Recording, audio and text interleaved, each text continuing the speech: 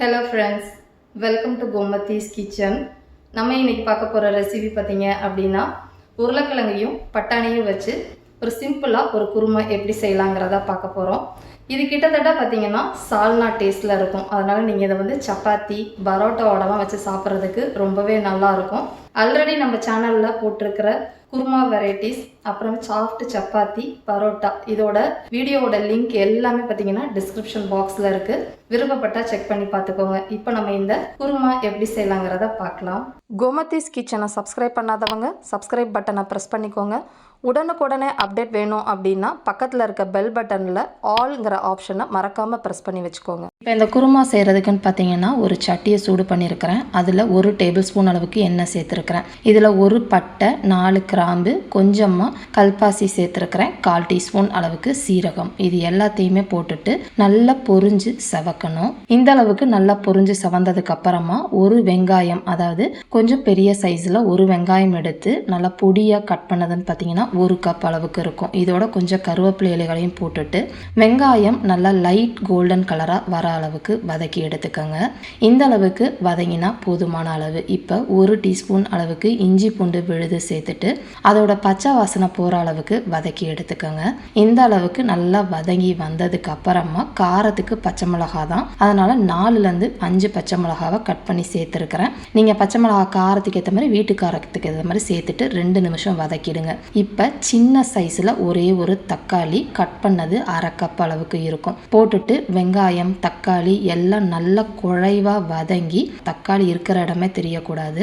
இப்போ பார்த்தீங்கன்னா 2 medium size உருளைக்கிழங்கு, ஒரு 1/2 கப் அளவுக்கு ஃப்ரோசன் பச்சை பட்டாணி சேர்த்துருக்கிறேன். நீங்கள் காஞ்ச பச்சை பட்டாணி அப்படின்னா 8 மணி நேரம் ஊற வச்சு வேக வச்சதுக்கு அப்புறமா இதில் சேர்த்துக்கோங்க.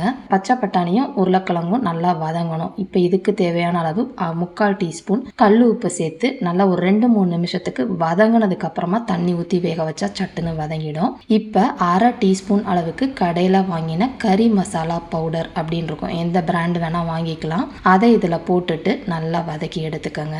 இந்த அளவுக்கு வதங்கினதுக்கு அப்புறமா அதாவது ஒரு 1/2 கப் அளவுக்கு துருவின தேங்காய் எடுத்து திக்கா 1/4 கப்பு தேங்காய் பால் எடுத்து வச்சிருக்கிறேன். அதில் 2வது பாலையும் 3வது பாலையும் தண்ணியாக இருக்கும் இல்லையா, அதை இதில் சேர்த்துட்டு இந்த தேங்காய் பாலிலே இது நல்லா வேகணும். நீங்கள் குக்கரில் ஒரு விசில் வச்சு வேக விடலாம். அதுக்குள்ள ஒரு தேங்காய் விழுது அரைச்சிக்கலாம். அதுக்கு 4 முந்திரி பருப்பு, கொஞ்சமாக கல்பாசி சேர்த்துருக்கிறேன், 1/4 டீஸ்பூன் அளவுக்கு சோம்பு, 1/4 கப் அளவுக்கு துருவின தேங்காய். இதை போட்டு தண்ணி ஊற்றி நல்லா நைஸாக இந்த மாதிரி அரைச்சிட்டு வந்தால் சரியாக இருக்கும். இப்போ பார்த்தீங்கன்னா நம்மளோட போட்டிருக்கிற உருளைக்கிழங்கு பச்சை பட்டாணி எல்லாம் நல்லா வெந்து இந்த அளவுக்கு திக்காயிடுச்சு. ரெண்டுமே நல்லா வெந்ததுக்கு அப்புறமா தான் நம்ம தேங்காய் விழுத சேர்க்கணும். இப்போ பார்த்தீங்கன்னா உருளைக்கிழங்கு நல்லா வெந்துருச்சு இல்லையா.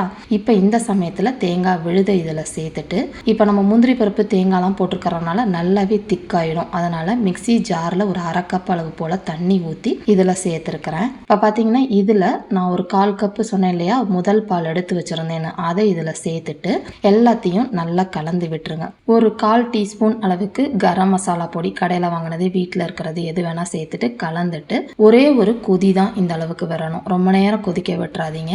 கொதி வந்தோன்னா ஆஃப் பண்ணிடலாம். இப்போ பொடியாக நறுக்கின கொத்தமல்லி இலைகளும் புதினா இலைகளும் சேர்த்துருக்கிறேன். இப்போ இந்த ஃப்ளேவர் உங்களுக்கு கடையில் கிடைக்கிற ஃப்ளேவர் கிடைக்கும். என்னன்னு பார்த்தீங்கன்னா 1/2 டீஸ்பூன் எண்ணெய் நல்லா சூடானதுக்கு அப்புறமா இப்போ பார்த்தீங்கன்னா காஷ்மீரி மிளகாய் தூள், இது கலர் மட்டும்தான் இருக்கும். இது ஒரு 1/8 டீஸ்பூன் போட்டுட்டு கறியிடக்கூடாது. அந்த சிவப்பாக இருக்கிற ஸ்டேஜ்லேயே கொஞ்ச நேரம் கழித்து நம்ம இந்த குருமா மேலே ஊற்றிடணும். இதுதான் நல்ல ஒரு கலரும் உங்களுக்கு கிடைக்கும். அந்த டேஸ்ட்டும் வந்து உங்களுக்கு சூப்பராக இருக்கும். இதே மாதிரி அளவுகளோட இந்த குருமாவை செஞ்சு பாருங்க. செஞ்சு பார்த்துட்டு எப்படி இருக்குங்கிறத கமெண்ட் பண்ணுங்க.